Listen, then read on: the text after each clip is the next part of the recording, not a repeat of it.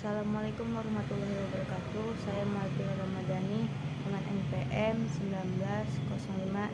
1905160209 dan teman saya Dinda Fitria dengan NPM 1905160198. Di sini saya akan mempresentasikan tentang mini riset saya yang berjudul Manajemen Pengadaan Sumber Daya Manusia pada PT Bank Syariah Mandiri Medan, Kecamatan Kampung Baru. Di sini saya akan menjelaskan tentang latar belakang perbankan syariah di Indonesia. Perbankan syariah adalah sebuah badan usaha yang bergerak dalam sektor jasa yang mengacu pada prinsip-prinsip syariah. Perbankan syariah di Indonesia termasuk salah satu sistem perbankan yang baru. Namun perbankan syariah di Indonesia sudah memiliki peranan penting dalam mengatur peredaran dan sektor moneter di tanah air. Melihat kondisi perbankan syariah yang semakin berkembang, pemerintah melakukan berbagai upaya untuk perkembangan perbankan, diantara dengan melakukan restrukturisasi perbankan, yaitu dengan dibentuknya dual banking system, sehingga bank yang ada di Indonesia selain bank konvensional juga ada bank syariah. Nah, yang kedua itu ada sejarah. Pada 1 Februari 2021 yang bertepatan dengan 19 Jumadil Akhir 1442 Hijriah menjadi penanda sejarah bergabungnya Bank Syariah Mandiri, BNI Syariah, dan BRI Syariah menjadi satu entitas, yaitu Bank Syariah Indonesia atau BSI. Pergabungan ini akan menyatukan kelebihan dari ketiga bank syariah sehingga menghadirkan layanan yang lebih lengkap, jangkauan lebih luas, serta memiliki kapasitas permodalan yang lebih baik. Didukung sinergi dengan perusahaan induk mandiri, BNI, BRI, serta komitmen pemerintahan melalui Kementerian BUMN, Bank Syariah Indonesia didorong untuk dapat bersaing di tingkat global. Visi Bank Syariah Mandiri. Bank syariah terdepan dan modern untuk nasabah BSM atau Bank Syariah Mandiri merupakan bank pilihan yang memberikan manfaat, menenteramkan, dan memakmurkan. Visi untuk pegawai BSM merupakan bank yang menyediakan kesempatan untuk beramanah sekaligus berkarir profesional. Untuk investor, institusi keuangan syariah Indonesia yang terpercaya yang terus memberikan value berkeseimbangan. Misi Bank Syariah Mandiri yang pertama, mewujudkan pertumbuhan dan keuntungan di atas rata-rata industri yang berkesinambungan. Yang kedua, meningkatkan kualitas produk dan layanan berbasis teknologi yang melampaui harapan nasabah. Yang ketiga, mengutamakan penghimpunan dana murah dan penyaluran pembiayaan pada segmen retail. Yang keempat, mengembangkan bisnis atas dasar-dasar syariah universal. Yang kelima, mengembangkan manajemen talenta dan lingkungan kerja yang sehat. Yang keenam, meningkatkan kepedulian terhadap masyarakat dan lingkungan.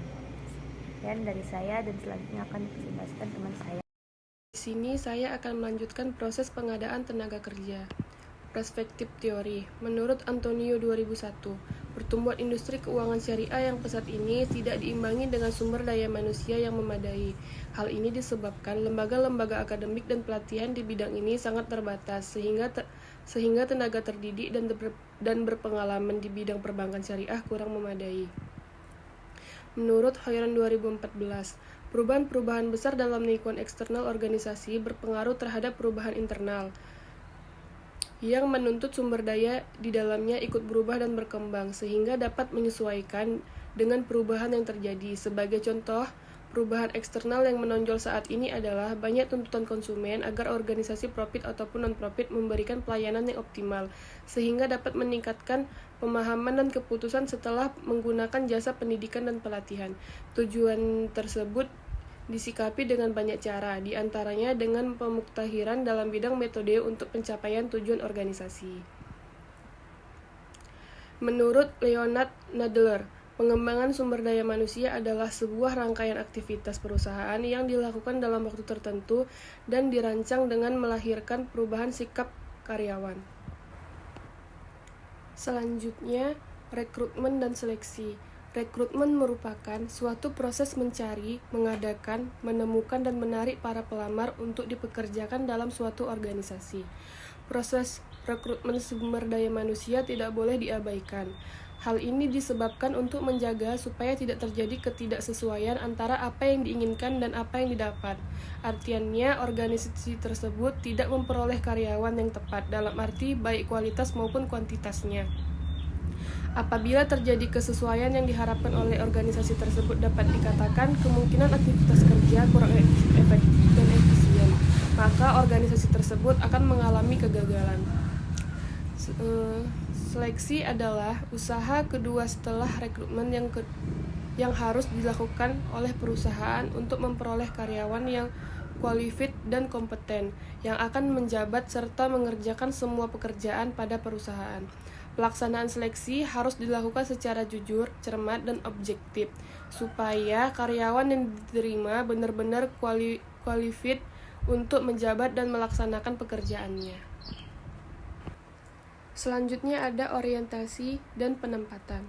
Orientasi adalah upaya pelatihan dan pengembangan awal bagi para karyawan baru yang memberi mereka informasi mengenai perusahaan, jabatan, dan kelompok kerja. Orientasi bertujuan membantu para karyawan baru menyesuaikan diri dengan memperkenalkan mereka pada peran mereka masing-masing, organisasi dan kebijakannya, dan rekan-rekan kerja mereka meskipun dalam promosi, transfer maupun demosi yang ditempatkan para karyawan yang telah bekerja di perusahaan atau bukan karyawan baru. Namun mereka tetap perlu menjalani orientasi terkait dengan jabatannya yang baru. Selanjutnya yang terakhir ada pemutusan hubungan kerja.